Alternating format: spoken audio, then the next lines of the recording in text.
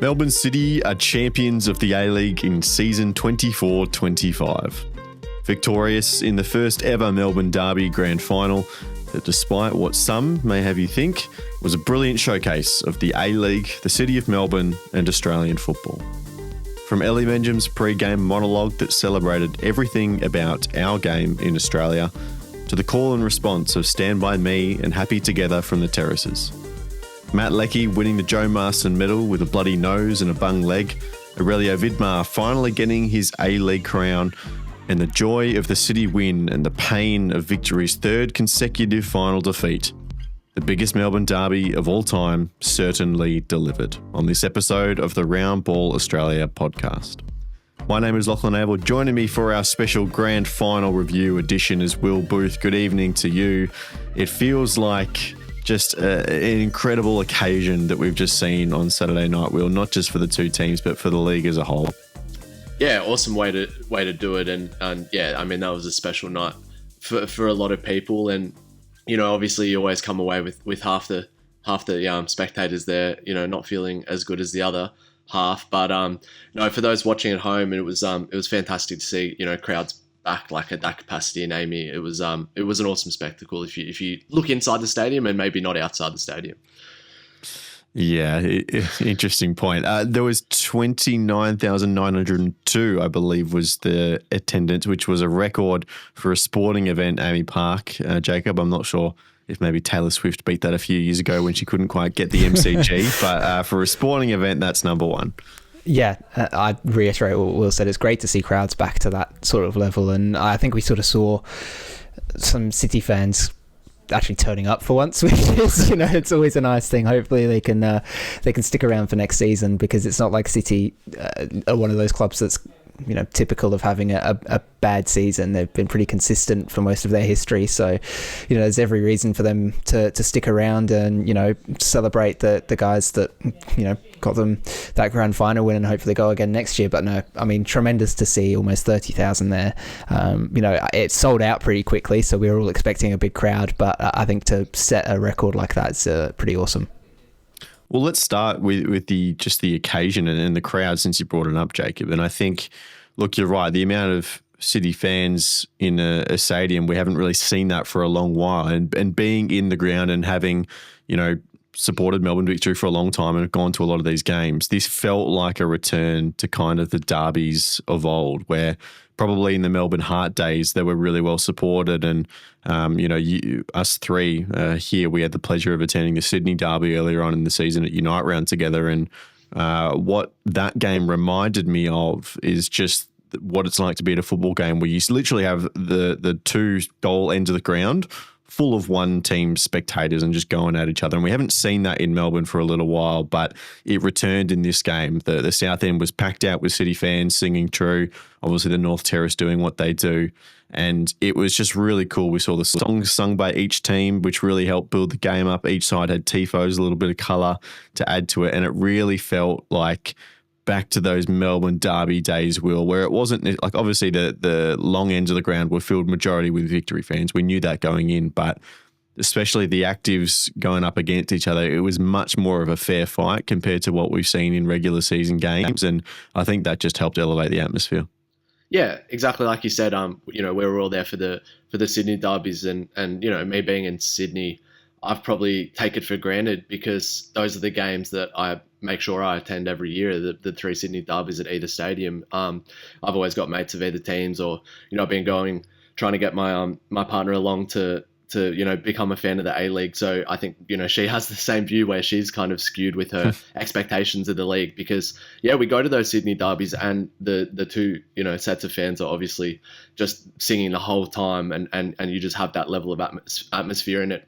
It just validates everything that this league's about. You know, I sit in the away bay, you know, in Mariners games in Sydney as well when they come, when I can, and those are the ones you kind of trudge through, and you know, you get through, you love your team, but it's those derbies that are special, and that really go, oh, the football in this country is something special when it's at its peak. So I was 100%, it was a return to that.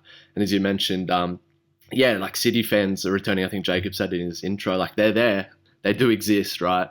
I'm not sure. I think maybe this is a bit of a rogue take, but it could be something similar to we see like Manchester City's fans. They're kind of sick of going to these big occasions. They don't sell out the finals, the semi-finals at Wembley or whatever. So they're too used to it. Not too used to it, but you know what I mean. Like they've been in 5 out of 6 finals, right? And that's, you know, they kind of can depend on turning up at the end of the season for a final series, which we've seen that they can do. So I understand, especially cost of living and everything like that at the moment, and a bit of a lack of identity around that club.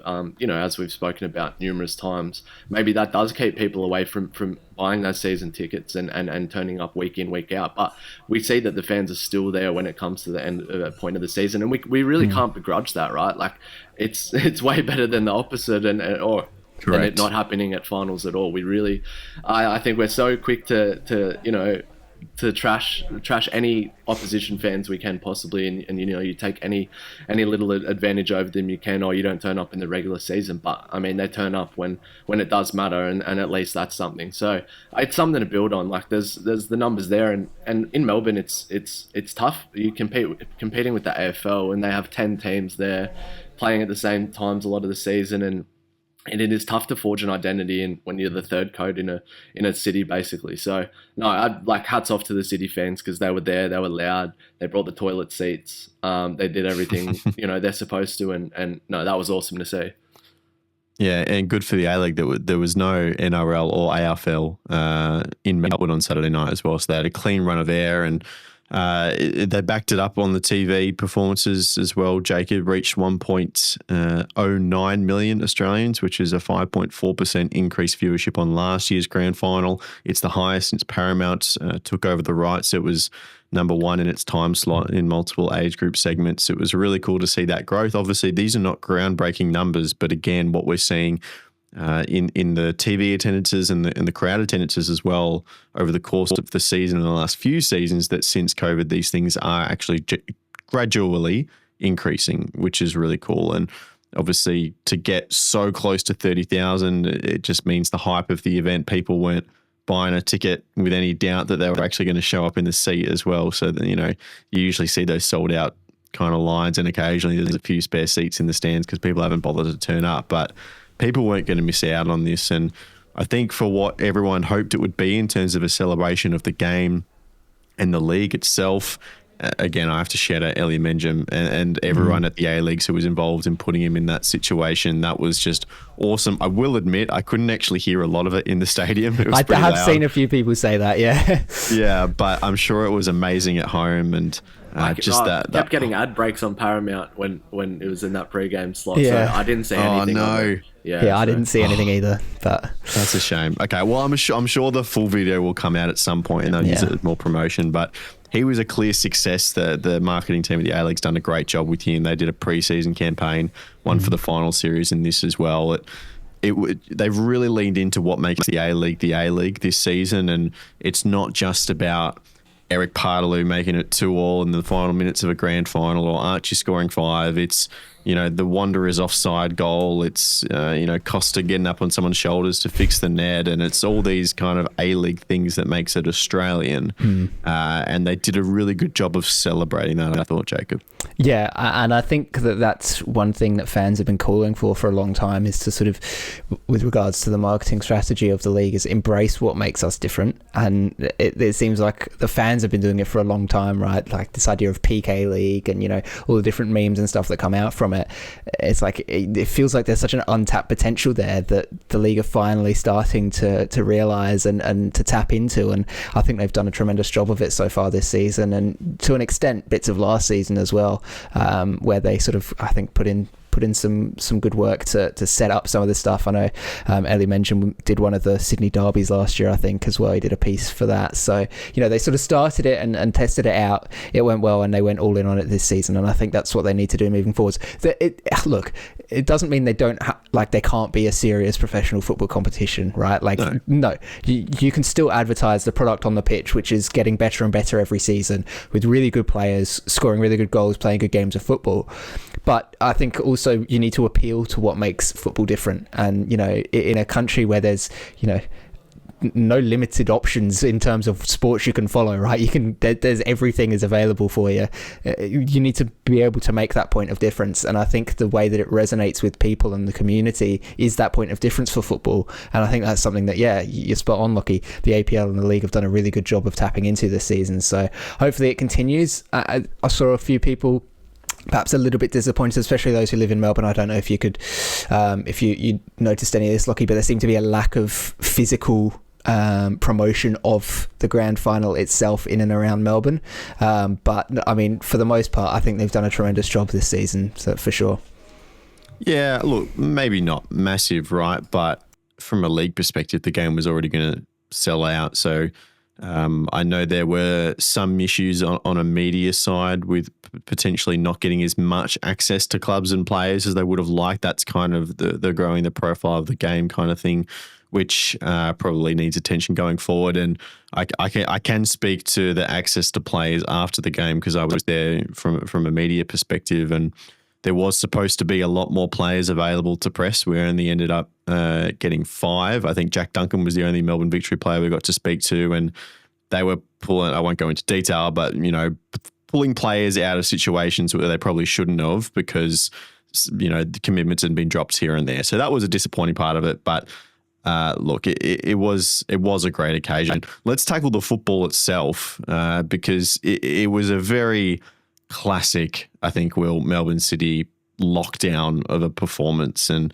it could have been so different. Victory came out of the blocks extremely hard. Daniel Arzani was dancing around everyone in the first 10 minutes of the game, and they were just full on blasting at the Melbourne City defence, and no real clear-cut chances to talk about too much, but they had all the possession. They were getting up into the final third and really causing havoc, and all of a sudden, Melbourne City get one little break. Aziz Bayic plays the smart little back heel, very creative, and Andreas Kuhn, who's lived on that left byline all season in the penalty box, and manages to find, I think it was Caputo, and then the shot just comes off the crossbar and lands at the feet of Jonathan Cohen, who makes it 1-0. And from there, obviously, the game shifts, and Melbourne City don't have the best defensive record in the league for nothing. And apart from that stupid game where they lost 1-0 to the Jets despite having a 2xG advantage on them, they hadn't lost a game in their last 14 of the season, which I think probably went a little bit unnoticed. And as soon as they were 1-0 up, they were already favourites going into it. But as soon as that goal went in, it was always going to be extremely difficult to catch them. Yeah, as you said, I thought Victory started really well, and that goal just absolutely took the wind out of their sails, right? City are so good at managing the game, and watching from home, it was kind of obvious at that point. I thought it would be maybe a bit more of a procession after that. Like I thought Victory would drop heads a little bit more, but I mean City just bunkered down. I didn't know that would be their game plan for this one. I thought obviously they have the best defensive record and they're really good at that. I thought they would try and put the sword to Victory a little bit more. But as you said, you described the goal. That's really just unfortunate in the crossbar landing at their player at Cohen there, and they struggled to just lift their heads and get back into that one. City are just perfect at that, and they fouled exactly when they needed to. They took all of the flow out of the game, which really, really suited them. Victory's best chances came from set pieces, but they were pretty ineffective with the finishing. I thought, you have Arzani and Teague there as well. So you've got Mashash can whip a ball in too, but you have, a couple of the best kind of set piece delivery players in the game and really just wasted every opportunity when they got on the end of it. Every header was glanced and not really testing Beach at all. So I thought that was disappointing because they definitely had, they were winning enough fouls. It looked like, City's game plan was to rough up Victory's kind of threats in Arzani and Mashash, and they really did that well. They were just, it seemed like, especially with the goal advantage, and then very on top in the physical battle, City were. So they really got in Arzani's head a little bit. I think he is one of those players that is quite reactive and can get rattled pretty easily. We saw he had a little bit of a scuffle on the sideline, and as much as he was antagonizing the City players, he it's against the run of play. He wasn't on top in that outcome. That's exactly what City wanted to do, right? So he lost the mental battle there. I think Arzani. It didn't really affect his like contributions to the game. He was still doing what he can do, but every time Victory went forward as well, I felt like maybe after going 1-0 down, they were rushing it a fair bit. They were going at a City defense that was super set always. They were not really patient enough in build-up, I think. They weren't looking to really break down the defense and unlock them. They kind of, every time they got forward and did find themselves in dangerous areas, there was just a full set backline of numbers in that City box, and that's what City were really good at, collapsing and defending transitions as well. So even when, Arzani and Mashash would pop up with the ball in that, the 6-yard box on the touchline kind of area, they would cut it back. The shot would just be blocked by, the 8 City players in that area. So no, City just executed their game plan perfectly 100%. And at the end of the day, Victory couldn't do much more to get themselves back in that one. I find it quite interesting because I remember writing a piece at the start of the season about City's rest defence and how it wasn't good enough and how they weren't going to win anything if they couldn't sort it out. And now, come grand final time, that's one of the best parts of their team, and that's why they were so effective in the back half of the season. So it just goes to show that I think if you can identify those issues early enough, you can work on them and you can become a good team. And I think with City, that really was the one thing that was holding them back there. And, they sorted it out, they fixed it, and then in the grand final, it was a key component as to why Victory couldn't hit on the break or anything like that, because in transition moments they just were set and ready. And like you said, Will, once Victory got the ball into the final third, all of a sudden there were 4, 5, 6 players for City back in the box. So yeah, it was very well done from them, and I'm just glad to have got a piece out while it was still a problem for them. And now I look like a genius, right? Because I think they read it. Yeah, that's right. Well, surprisingly, in 2 ways, a key part of that rest defence was Matthew Leckie. Number one, I don't think a lot of people were expecting him to start this game. This was only his 6th start of the whole season, and he'd been building up from a couple of injuries.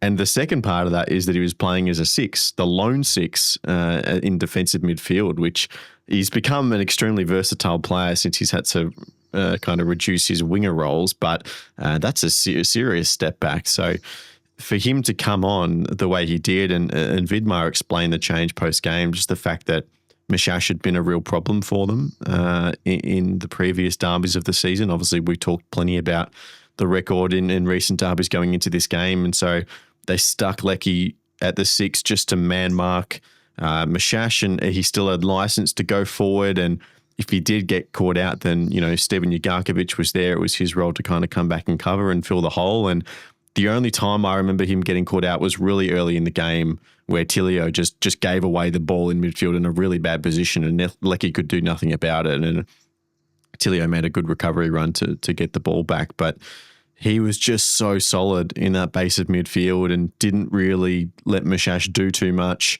Cops a stray boot to the nose, and there's blood going everywhere. There were people that I don't remember the names, but a few people commenting on some of our social stuff. What is the rule about blood and going off to retape it or whatever again? But I'm not too sure. But honestly, what another epic moment that they can add to the A-League peak montage for next year. Just Matt Leckie just running around with bandages, just blood seeping through. And he won the Joe Marston medal and going up with like just this Egyptian mummy look and just completely looked like a broken human and a broken footballer. And then, Jacob, we learn after the game that he actually went into the grand final, just his 6th start of the season, with a strained hamstring. He said he felt it in training. He thought it was minor, didn't want to go get it scanned because he didn't want to know what it was. And the plan was, okay, Vidmar said, maybe we can get 45 minutes out of him. Maybe we can get 60 minutes. But Leckie was like, nah, if I put my hand up, then you can take me off. And consistently for the last 20 minutes of the game, they were asking him, Lex, you okay? You okay? And he just waved them away. And it will straight away, it will go down as one of the great grand final performances and just add to the legacy of Matt Leckie as a great of Australian football. Yeah, it was very stoic, wasn't it? And again, I don't want to be that guy, but I think I said in the preview episode, I said if Lecky starts, he might not get on the score sheet, but he's going to have the biggest impact in the game for City. And well, I was right again. You did actually say that. So you know, did you pick him as a 6 though? Well, I did not pick him as a 6, no. but maybe as a 10 or a floating 8 or something. But no, just a tremendous performance, and I think he's sort of become the model. What we're looking for in more veteran A-League players is that they can make themselves known, have their presence known across the pitch, be versatile, need to do what they need to do for the team. And this was just an incredibly selfless act as well, to know that he's going in there with a bit of an injury, and that it's probably not going to end well for him, if he plays a full game, and yet he does it and he sticks it out, and he just has that fight in him. And I'm sure that playing in a grand final, that gives you that extra 10, 15, 20% to be able to push through that sort of stuff. But yeah, when you add that on top of it, it didn't look like he was playing with a bit of a hamstring strain either, right? Like he was at full pelt the whole game, running after every ball, controlling that midfield. So it was a tremendous performance, and it's been awesome to watch him just do everything so competently wherever he's been on the pitch over the last couple of seasons. Because yes, he's battled injuries and stuff, and he's had minutes taken away from him by other attacking players in those wing areas, like you mentioned, Lockie. But that ability to just admit that maybe you need to make a change and you need to do something different, I think that just sort of goes to the character that he is, and the player that he is, in that he's willing to do anything to win, and win trophies for his team and help his teammates out. And that's a very difficult thing to find in a footballer. So yeah, it was a tremendous effort. I think it goes to show just how good a player he is, just how good a person and a teammate he is as well. And yeah, I'm sure Vidmar is absolutely relieved he managed to get through that 90 minutes unscathed. Well, relatively unscathed. Obviously, his nose took a bit of a beating, but tremendous effort. I don't know how he does that. Like, I can't focus in a game when my sock feels funny, let alone just strapping around my nose like that. You're a bit of an Aaron Ramsdale kind of keeper, are you? Yeah, it's I look good, play good, feel good, everything's got to be right. And it's just like inhibiting his breathing. The blood shouts are fun. It's on the cloth. It's not dripping out of his nose. Like, that's what are you going to do every 2 minutes? Go over and change the dressing. But yeah, like that. What a performance! And he's given us some great moments, like leading the line in the World Cup. That goal against Denmark, doing everything. Energetic winger when he was younger and in Germany, and then dropping back. Like, we've seen him at 8 a bit for City when he first signed, and last season, and it was that was like, oh, that's surprising. Like, he's pretty good at A-League level. Like, you can maybe get away with it, but to be tested, dropped in like this in a final where he's never really been in this position was just phenomenal. And yeah, I think deserved it, the Joe Master medal in the end there. So he spent an hour with doctors after that game getting his nose stitched up. I saw him in the tunnel. He had plugs up his nose, 2 or 3 Band-Aids across the side of it. He looked pretty banged up, and he actually delayed some of the press conferences because as the Joe Master medalist, you're supposed to go in and sit with your coach and address the press, but ended up being Aziz Bayic, and he just said he needed a rest. He just felt like it. So the other piece to this puzzle, and this is news that we broke on Sunday morning as well, is that he was set to be included in the Socceroos squad that is in Perth at the moment to take on Japan. And unfortunately, number one, due to the nose, but also because of that hamstring, he had to withdraw from the camp. And the interesting part of that as well, Tony Popovic was asked about the whole scenario during his press conference announcing his squad, and he was specifically asked when he found out about the hamstring, and he didn't really answer that portion of the question. So I think there's more to come on that. Good time as any to plug, but we are going to do a bonus episode this week on the podcast. This is specifically going to be on the grand final in today's show, but Wednesday morning we're going to do a third episode in total for the week. So your normal Friday, but also tomorrow on Wednesday, all about the Socceroos window and previewing that. If you can't wait until then, go on YouTube. There's already some pieces of content from us up there. But we'll stick to the grand final for this one. I think in terms of the rest of the game, Will, there was only one real major flashpoint, which was the handball shout on Germain Ferreira, who, just by the way, I reckon would have been pretty good value on Saturday night during the celebrations. Obviously, look, I think this kind of handball I think the rule has been pretty consistently applied throughout this A-League season. They've tried to take VAR out of it a little bit. They've tried to set a higher threshold for penalties and for fouls in general. And for me, he doesn't know where he is. He's losing balance. The ball's behind him. It's completely accidental. It's not affecting a shot on goal in any way.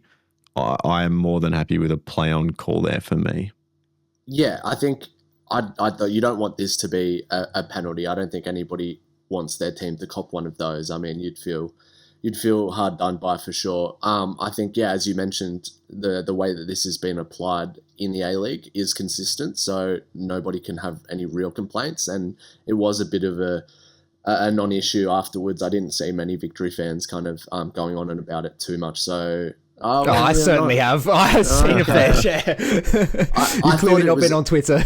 No, I have been. I was looking around. I think maybe less than I expected then in that way. So I think it definitely was the fair decision. And I think the inconsistency comes from like how those handball laws are applied across different leagues. So we see in different competitions in Europe that there is inconsistent standards and the use of kind of a referee's discretion. Between competitions.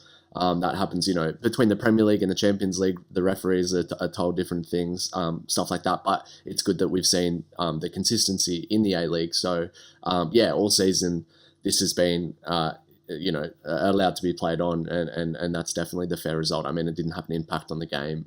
Ferreira was turned the other way. It would have been a heartbreak at going 1-1, making it extra time. I think Lakey would have died. A big moment, and I think Kersey made the right call there. Yeah, I mean, I know opinions on referees are highly emotional, but for what it's worth, I thought he had a good game. Apart from the management of the clock towards the end of the match, only 7 minutes felt slim. I know they said that on commentary as well, and the fact that there was some time wasting in there that he gave a yellow card for, and it still ended up on 7 minutes, but that's near here or there. We also should congratulate Emma Cockbeck, who was one of the assistants, and she became the first female on-field official appointed to the men's grand finals. That's a terrific achievement. And there was a moment as well where there was a little scuffle happened right in front of her, and I can't remember who it was. One of the City players came over shouting at it, and she had absolutely none of it. And I was like, that is awesome to see. Yeah, I reckon it was. Yeah, that was awesome to see. She was just stood there and just like it completely ignored him, just blanked him out, and I was like, that is class. Yeah.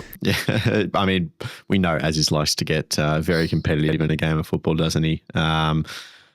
Let's move it a bit more holistic now. That was the football, and obviously City come out of it. They lift the trophy, Jacob, and for the big picture, that's 5 grand finals now for them in the last 6 years. It's only just their second win of those 5, so a little bit of a monkey off their back in certain respects. If they were on the wrong end of that, then all of a sudden that becomes a very damning statistic. Of course, you got Aurelio Vidmar, who's now coached in 2 grand finals and won one as well, going back to his time in Adelaide, which obviously ended in quite hilarious fashion. And he's worked a long way. He was, of course, on the assistant staff with Ange Postecoglou when Australia won the Asian Cup, and he's had a journey through Asia to come back now to Australia and has turned around in one season a City team that finished in their lowest ever position on the table since they've been taken over by the City Football Group when he had that emergency introduction after a poor start to the season. And in just one preseason has turned them around into a championship winning side as well. So they're obviously into Asia next year, which sets up an even bigger platform. And obviously compared to the Mariners and their how they fared in the Champions League Elite this season, City probably will still lose a few players. They've obviously, when you play well, that's what's going to happen. But more than most, they're well equipped to restock the supplies both from the academy and overseas. Yeah, I think there were quite a few of us that were hoping it would be one of those bigger teams that made it into the ACL2 this year. Not the ACL2, the ACL Elite for next year. And City just so happen to be probably financially the best club the biggest club in the league in that regard with the backing that they have. So yeah, there's every hope that they can perform and, maybe not be a complete and utter embarrassment on the state of football in this country. But no, I mean, bigger than that. Come on, that's crazy. But no, yeah, you're right, but No, it's a good storyline for City though. I mean, like love or hate the City Football Group, I think that what they've been able to do just so consistently for such a long time now, it's, I guess, a testament to the way that they're run as a football club, which, you know, in Australia where it can be just a matter of points that can have you in or out of finals any given year. The fact that City are consistently able to do it and consistently able to make grand finals as well, like you mentioned, 5 and 6, that's just, you can't begrudge the way that they're run as a football club, because they're clearly doing an excellent job. And I think that part of that was backing Vidmar, right? Like, a lot of people came into the season thinking, is he the right man for the job? Is he going to be able to do what they need to do to get over the, you know, this sort of hump that they found themselves in, and push on and get to another grand final? And yes, and he went one better and he won it as well. And, you know, it's maybe there's the women's team can learn a thing or two from the way that they approached this final series, because there's been a lot of similarities between the two in recent years, where they've both been like they've both made finals like every season and just not been able to crack that duck when it comes to the end of it at the grand final. So maybe just if they, you know, get a couple players in and give a motivational speech or something next season. I don't know, maybe that's a bit corny, but there's clearly the men's team have just a little something extra there, and I think part of that might be Vidmar, right? He had that sort of revenge story you touched on there, Lockie, where he really wanted to get that win for himself more than anything, because, you know, he felt like, and Adelaide United felt like, and the fan base still feels like, they were robbed in that grand final in 2009, and I think he sort of still had that, you know, the fact that it's then against Victory again this season, you know, it just adds all of that to it. And I think that when you've got a coach that really, really wants something, I mean, we saw it with Ange this season with Tottenham, right? He gave everything to win the Europa League and they won it. And I think that, you know, we've seen kind of the similar thing there with Vidmar in this grand final. So no, I mean, for City it's been great, and hopefully they can go on and push on in Asia. But like you said, there's the potential for them to lose players, because while they're not maybe, you know, as flush with young talent as some of the other clubs in the league, where we're talking about them losing, you know, maybe 4 or 5 players, there are still some that are, you know, in there, and I see you've listed a couple in the rundown, Lockie, like Caputo, Tilio, Beach and Truen, who, you know, there's possibilities that those are the sorts of guys you're going to lose, and most of them have been very key parts of the side this season. So look, it's going to be interesting to see how they approach the off season with Asia in mind. Hopefully there's a bit of investment. They can bring in some quality players. I think look towards maybe what Auckland have been doing, where you're getting in those, you know, those veteran players in really key positions that are going to just be able to be the core of your team. I mean, you've got Lecky, which is fantastic, but he's injured a lot. So, you know, if you can have somebody of that sort of leadership stature that you can bring into the club, that's going to be a little bit more available, you know, in terms of actually being on the pitch, then I think that's going to be huge for them as they look to tackle Asia. But I think for Australian football as a whole, it's probably one of the best results to have City going to the Champions League elite, when you consider all the clubs that were a potential shout, like our Western United, right? Like, I think we can all agree that probably wouldn't have gone too well. So no, the fact that City's probably a good thing, and hopefully for the coefficient they can get a few wins and bump that number up. I think the shout that they don't have as many great youngsters coming through is actually a little bit deceiving, just because of the quality they've had on the field. Don't forget that they went through like the entire middle portion of this season playing a lot of these youngsters, the likes of a Wong, Romani, and some of these guys, and Mehmeti as well had a really good start when Max Caputo was out, right? And you look at the likes of Andreas Kuhn, like the other clubs are just not signing an Andreas Kuhn and they're playing the Lawrence Wong instead, where Melbourne City have that luxury when he's fit, right? So I think there's still pieces, and even if some of their young talent go, they're going to have more coming through. And one thing that Lawrence Wong said at the end, maybe it was his debut game or maybe when he first scored his first goal, was that the way the City Academy run their system is that at every age group you're doing the same thing. So when you step up to the senior team, you know how to do your job straight away. And that's obviously one of the benefits that comes of being the City Football Group. That's just how it is, whether you like it or not. And they're going to have to lean on that going forward, of course. But I do hope that we see kind of similar as to what, you know, Sydney FC have done this season, which is going into Asia. And it's what Melbourne City used to do, right? Before it became clear that it wasn't financially sustainable, is go for those big investments and, you know, spend on your playing squad this year because you've got the Asian campaign, and get a little bit more depth in there and have your starting 11 be just a little bit edge up in quality, and you really want to be targeting. If you're Melbourne City, you're targeting that final 8 in the Champions League elite. You just are. They should easily make it through the knockouts, and then you just one tie away, right? So that should be their goal. And if they have those extra beats of depth as well, then there's no reason why they can't compete in the A-League again as well. So, well, I'm really optimistic about them for next season. I think Aurelio Vidmar at the helm, he's set a lot of standards that are really positive for the club, and it seems like they've kind of transformed the way they go about things as maybe just a men's team, a first team, as their kind of standards that they set every day at training and showing up and delivering every day. And I think that'll put them in good stead for the future. Yeah, this was I mean, as Jacob touched on before, this was the most, consistent season I think we've seen from them. And as you were mentioning, the youngsters there, I mean, that's why Matthew Leckie had to put in a big shift in the final, because I think a lot of these young players coming through maybe weren't ready for that big of a stage to make an impact. And Vidmar didn't think he had the cover in that 6th position, specifically to bring on one of those, those kids. But another season under their belts, and they're going to come into their own 100%. Like, they did excellently just plug in the gaps when it was needed. But another season, even if you do lose the list that we mentioned before with Caputo and True those kind of players, then yeah, that bench is just ready to get more games under their belt and just be even, then they're going to turn into the household names that we know, and become the next wave of these departing players. So no, the stage is set for them to continue this dominance, and Vidmar definitely has carved out more of a tactical identity for this team, and that's helped them.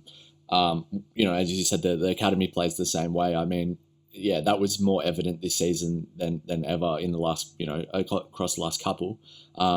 Last year, obviously, just fell short in the end, and it felt like it was a bit stale in parts of last season, and they lacked this clear identity in what they want to do in matches. So, no, now that that's carved out, I think, yeah, Vidmar will have the backing. As you said, the team needs expanding for the ACL competition, and I'm excited to see De Bruyne in Sky Blue for the City. And like, how are they going to match Douglas Costa? I'm interested to see. But yeah, I think, as you mentioned, Lockie, the finals of the ACL Elite is definitely the goal. And yeah, as much as it pains me to say that, I think, yeah, City are the best representative of the league, and they do have the resources to do this on the big stage. So I'm excited to see their campaign, and it will be good to see another A-League team go far in that competition. Up the coefficient. Let's go. On the other side of it then, Jacob, is Melbourne victory, including the Australia Cup final that they played against MacArthur at the start of this season. It now means that they have played 3 consecutive finals in Australian domestic football and lost them all. Of course, the Central Coast Mariners in extra time 3-1 last year, and now Melbourne City here. We talked a lot last week about their finals record, and they have won more finals games than anyone, but just this latest generation keeps seeming to, I guess, fall at the final hurdle. It's a strange one as well, isn't it? Because there are moments, and especially I think in this league finals campaign, where they looked just such a good side when they were on it. But I think it comes back to some of those issues we were talking about after the 1-0 loss at home to Auckland in the semi-final, where it's like, if those key playmakers don't show up, Victory are going to struggle. And I think you both kind of mentioned it a little bit earlier on in this episode, where you're saying, Mishash and Arzani were clear targets for City in terms of getting into their heads and, just trying to put them off their game a little bit. And I think if you can do that, then you stand a very good chance of beating this Victory side, because if you give those players that freedom, the chance to make an impact on the game, they will have an impact on the game. And that's when you're going to struggle. But if you can sort of shut them out, or you can get into their heads and get them fired up for all the wrong reasons, then, it plays into your hands a little bit more. So I think that Yeah, maybe it's just about having a little bit more composure in some of those players for the victory. I think, yes, okay, their strength is that they have these very passionate players, and that's a great thing to have. But I do think that you need, like a Matt Leckie sort of a player in these really big games that is just going to cool everybody down a little bit. He knows when to, aggravate the opponents. He knows when to waste a little bit of time, when to play those mind games and things throughout the game. But he's not provoked. He doesn't get aggravated when he's doing it, right? It's all very calculated. I think that's the sort of thing maybe that Victory are missing. But then, it's a relatively young squad, a first-year senior head coach. Like, these are the sort of things you kind of have to expect from that sort of a situation. And I think the fact that they're able to keep it to 1-0, like, I think they actually defended quite well. They didn't allow City many great chances. The only other one outside of the goal I can think of was Cohen had a free header in the box in the second half as well that he somehow managed to get off target. But outside of that, I think they shut down City well. It was just about losing that composure in the final third. And I think if they just sort of have that perhaps cooler, calmer head up front somewhere, then it might have made a difference for them. But I also think that City just outplayed them in that respect as well, and knew that certain players were going to be more volatile than others and targeted them. So yeah, it's a strange one to be in, and it's a little bit annoying, I suppose, to have a club that keeps making these games and you think, okay, this is the time, this is the one they're going to get it, and then they can't. Like, I think everybody going into that Australia Cup final was like, surely the Victory are going to win this one. Oh, that was the biggest one of the three. And then it's just like, and they couldn't convert it. And then here we're talking about, they've absolutely dominated City in recent derbies and things like that. You've got, these big game players like an Arzani, like a Mashash, like a Fornaroli, who still, we might add, hasn't won a championship yet. Yeah. Which is another crazy stat. Maybe he's the problem. I don't know. But but it's like, we're talking all these things about how Victory could win this, and then they just don't. It's becoming a strange sort of story for them. I don't know what the exact solution is. Yeah, like I said, I think it might just be a case of having that cooler, calmer head on a leader, because I mean, your captain's Roderick Miranda, right? And we all know that he's prone to a bit of head loss every now and again. It's like you've built this side of really volatile, passionate players, but you don't have anybody to sort of counterbalance that in these big matches, and I think it maybe got to them a little bit in this one. So yeah, look, I can understand the frustration from a Victory fan point of view. But then as an England fan, you've also got to understand that, making a final itself, that's part of the deal as well. And, to get to that spot is impressive in the first place. And I think that there's good things that this Victory side can build on for next season. I think Dillis has shown himself after that rocky start of what was it, about 6 games where he looked, maybe like he was in a bit of deep water for a while there. He's come back, he's got the side playing good football. The players seem to have bought into what he's doing, and they're playing good football. I think there's things to build on for next season. I just think that, maybe they're missing that one key piece that's going to really unlock them in these big do or die games that they've not quite had so far.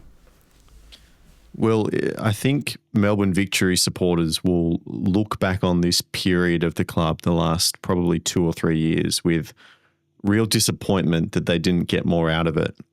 For the amount of turmoil that they've had off the pitch, dealing with the likes of 7-7 partners and all the conversation around that, and them collapsing and having to get out of that sticky situation. They have, for all those 3 finals, they've had a different manager. Tony Popovic supposedly leaving off the back of a disagreement with someone behind the scenes, and the bucket gate and dealing with the penalties, and obviously we saw their revenues as well. They're losing a lot of money at the moment out of COVID, and they've made these 3 finals in spite of all those things happening off the field. And I think a lot of people will look to this little period and think, imagine what we could have done if we did have a really solid back staff and some consistency with our coaching. Obviously, Tony Popovic is a unique scenario. He was there for a few years, but I think they found a good coach in Arthur Dillis. I've warmed to him a lot throughout his, what would it have been, 20 matches or so in this A-League season. Obviously, he came in just as the assistant that was promoted in. It took a while for him to actually get announced as the permanent coach, despite the fact that we thought he'd signed a deal about a month before the announcement, just because they kept not winning games and they wanted to wait for a positive moment to talk about that news. But he's really warm to me. The way he talks in press conferences, he's very assured. He wasn't too reactionary the other night. He was proud of his team and how they'd progressed, and still clearly sees a vision moving forward. So hopefully for Melbourne Victory supporters, they can kind of come out of this period. They've had a lot of issues off the field, stabilise in that back room, have a long-term coach that you can get behind and people can support, and then build to something greater. Yeah, exactly. I mean, you summed it up there. I think Dillis we've seen enough to see that he is that calm figurehead that can take them forward. I think even watching him on the sideline, he's kind of just watching on like a proud dad in moments and swearing under his breath at times. But he as he said, not too reactionary, and he speaks really well in the press conferences. And I think, he is the man to lead them forward. And what you said about, all the stuff that Victory have come up against, I mean, you take this team and you take off the Victory badge and you take them out of the colours. And I think they're still overperforming for what they are, but people's expectations and fans' expectations remain super high as they are, such a storied club. But I think in these last few years, the stuff you touched on there, Lockie, they've really come up against it. And I think I don't want to patronise Victory fans here, but I think even reaching these finals and being in and around, these positions come the end of the competition, that is still overperforming for on paper where they should be, really. I think that there's something in that. The building blocks are there. Stability would be nice. I think they've still got that loyal fan base, which has really been driving them through all these ups and downs. And we touched on it, I think, in last week's episode about the roller coaster of positions that the Victory have found themselves in come the end of the season. But still the fan base is and always has been one of the strongest in the league. So I think there's a lot to look forward, and even though so much has been happening off the field, to be in these finals and to be in these moments with the squad and the management and all of the turmoil with that, it's quite impressive. So no, a lot to look forward to, and you can never write them off.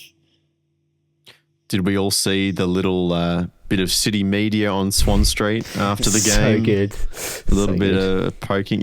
A lot of people will remember after the first. Maybe not. No, it wasn't the first.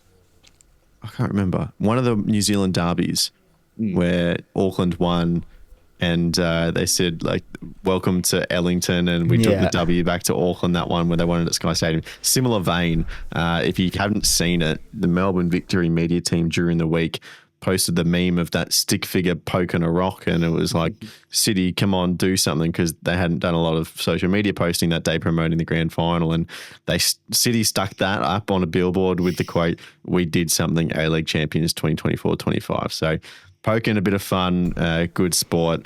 I thought that was quite good as well. I think it was better as well that people were like, a City deliberately not doing anything, because if they win, it's just going to be even funnier. That they've just let Victory, just post all this stuff, complaining about them and saying they've not been doing enough. And there was that one as well of the guys pushing the truck with one of them in the bed pushing it, and the guy in the bed was the City guy, and the guys on the floor were Victory, and being like, oh, look at us, we're carrying the spectator, count and stuff like that, and the ticket sales. Yeah, and then City don't need to say anything. They did a sneaky delete on that one, I think. I thought they were going to delete I think so, and then I thought they were going to delete the stick one as well that we saw. But I mean, it was valid from Victory Victory admin. I mean, that City were doing nothing. They did a post like a week before the game about the tickets, and that's about it. They really, that's all they lack, right? That's what they lack, is that connection. And I feel like they let the football do the talking in the end, and so both sides were valid in this little dispute that they had. All right, Jacob, you mentioned a few of those City names that potentially, like those young players specifically, that we're thinking of, young Australians potentially getting moves and advancing their career. Caputo, Tilio, Beach and Truden were the names I just kind of popped out before we started recording. On the Victory side, Ryan Teague, Geordie Valadon, Casey Boss and Nishan Volupale as well. Boss, who was, of course, the subject of a surprise call-up to the Socceroos as well. Which of those names do you think might stay and might go? I'm a really big fan of Kai Truan. Even back when he was playing for a pretty woeful Brisbane side a lot of the time, I was really impressed with what I saw of him. And now that he's come to City and he's had a chance to play with some really high quality players, I think I'm seeing more of what I really like to see in a centre back. He's very, very good on the ball. He doesn't panic. He plays smart, considered passes. He's good in transition moments. He's good out of possession. So I'm a big fan of him. That being said, I think he's one of those players that maybe is flying under the radar a little bit, and maybe hasn't got as much attention on him as some of those other names like a Marco Tilio, who I think he's primed for a move again, to be honest. And I have seen a few suggestions he might be headed back to Europe this offseason. Nothing solid, of course, at this point in time. Because he's contracted to Celtic, right, for 3 years. Exactly. So, a lot of people are saying, well, are Celtic going to go, right, okay, he's had a decent season with City, now let's, either bring him back and try and reintegrate him into the squad, or get him a loan move elsewhere in Europe. And I think he looks like he really wants it, right? We've seen that since he's sort of come back that he's really fighting to get back to that form that he had when he first made that move. And I think he's kind of primed for one at the moment. Beach, I also really like, but I don't see him getting a move, at least not this off-season. I think he still needs another solid season. There's been moments of, some not fantastic play from him, especially early on. I think he just needs another season to show the level that he can compete at a bit more consistently. And I think it'll be a good chance for him as well in Asia now to sort of raise his profile there, and a good opportunity in that regard. Caputo, no, he'll stay, I think. I just don't think I've seen enough from him to justify a move, although we have seen stranger things in the past. And then on the Victory side, I think that Ryan Teague is, for mine, one of the best midfielders in the league at the moment. Definitely one of the best young midfielders. If he's not getting a move, then I don't think anybody in Victory is, because he is the one that's probably most deserving of it. He's been tremendous. We've spoken so much about him throughout the season, about how good he has been, and while okay, maybe it wasn't a fantastic showing from him in the final, I don't think that should overwrite everything that he's done this season, which has just been tremendous for such a young player. So yeah, I can definitely see him. And the other three, it's a little bit more difficult. I think in a way Valadon's been overshadowed by Teague. I think Boss is still a little bit unproven. And Valupale is just a strange one. I wonder if the injury killed it. Yeah, quite possibly. I think that might be the case. Will, any smokies out of those lists or some new ones? Yeah, I was thinking of Nish. I think he could definitely be one of those League One Championship signings. I think he's got the physical profile to do well in those leagues. But if he does stay, he's a little bit older than the other ones. If he does stay an extra season to develop in the A League, is that too late for him? He's still young. What is he? 23, 22? Yeah, 24 maybe, something 24, like that. 23, 24, something like that. So a good signing, but maybe miss the ship to Europe now, to the Championship. Maybe it's a smaller Scottish Premier League side, if anything eventuates. But yeah, missing out on this final, I think Victory missed him in this game 100%, just because of his physicality and duels, and yeah, he was unlucky to not get to display that in a final where obviously a lot of eyes are on this one. Teague is off for me. I think that's just great value for any overseas team to pick up. I think he, as Jacob mentioned as well, had a quiet one in the grand final, but just such a probably Victory's most consistent performer this season. Baladon, as Jacob mentioned as well, was overshadowed often. I think I was going to say that he's really especially in the semi, that little sneaky pass to Fornaroli. I really like Valadon, but maybe teams, look to Victory first. Look to Teague from Victory first, if they are having eyes on any of those games. So I think Victory would love if he stayed another season. I think Boss needs time to develop as well, so I don't see him going overseas or anything now. I think one more season would suit him to put together a full campaign and stay injury free, because he had a lot of issues this year. But obviously we'll see him in green and gold, which will be exciting. I think Boss is maybe one of those who could be like an MLS pickup, because they're going for a much more like a development angle at the moment. They're not trying to get breakout play. Well, I mean, they're trying to get global superstars, but we've seen a lot of like Aussie players who are unproven, but the potential is clear in that kind of MLS category.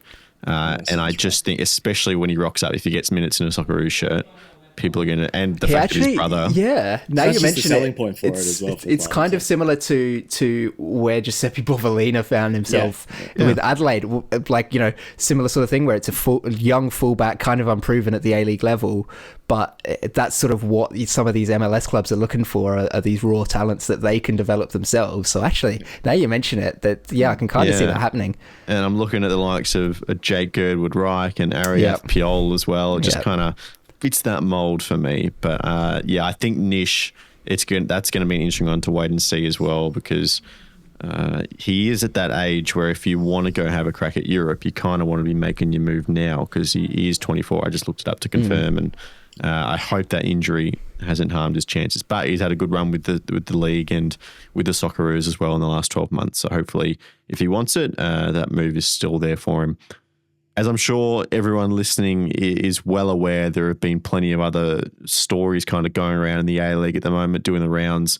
Rest assured, we will talk about them in due course. But today, to be honest with you, is just cause for celebration. So we're going to leave that for now. And instead, we're going to close by saying a big thank you to another one of the legends of the A-League who, terribly unfortunately, we have to say goodbye to, in Simon Hill. He commentated his final game of A-League football on Saturday night. He's still going to do the Socceroos games for these World Cup qualifiers before heading off back home to the UK, which I know some people still are always surprised to learn he is actually English, and he can go see some games at Wembley with his real national team. But he's the voice of so many favourite moments for everyone, so many famous memories in the A-League and for the Australian national teams.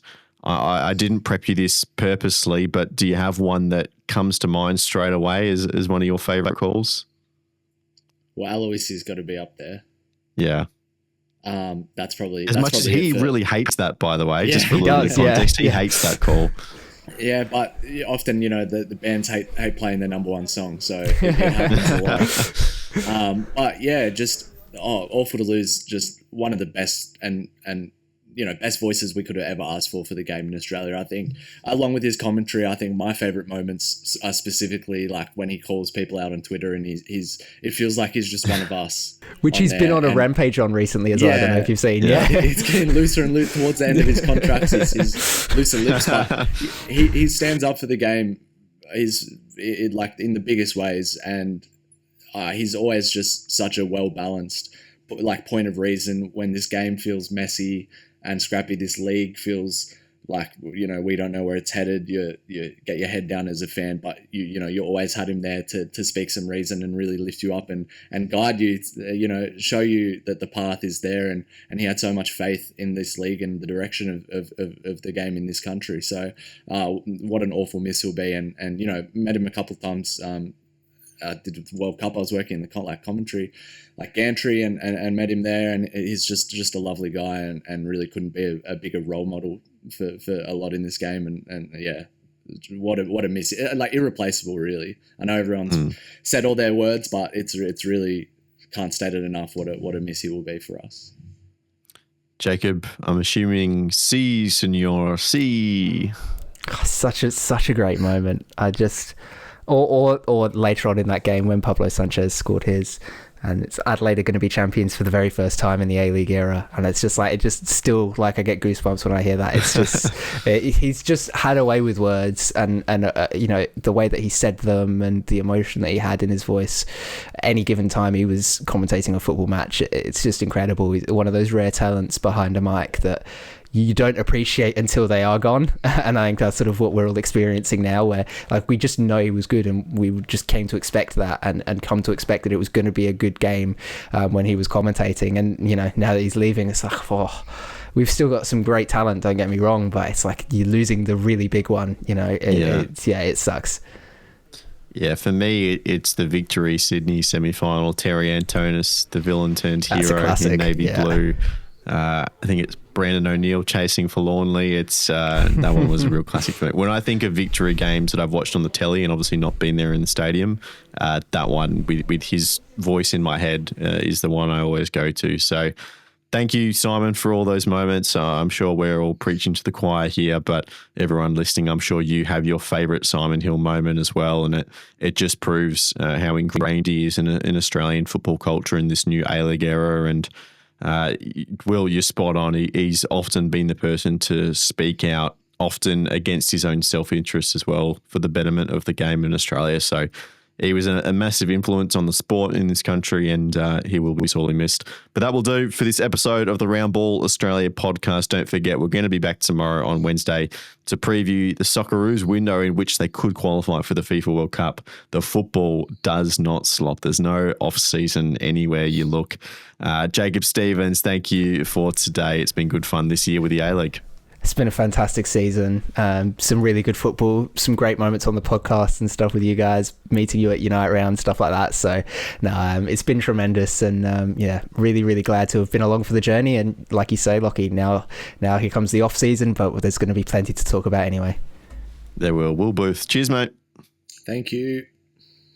All right, we'll be back on Wednesday, as we say. Of course, plenty of content up on YouTube as well with the Socceroos window. You won't see any of that stopping for us. We're going to be around here, as we say, during the off-season as well, talking Australian football and maybe even a little bit more. Who knows? There's lots going on this European summer, Northern Hemisphere summer, as you know, we kind of all get stuck into that language of. But thank you all very much for your company today on this episode. We'll see you then. Goodbye.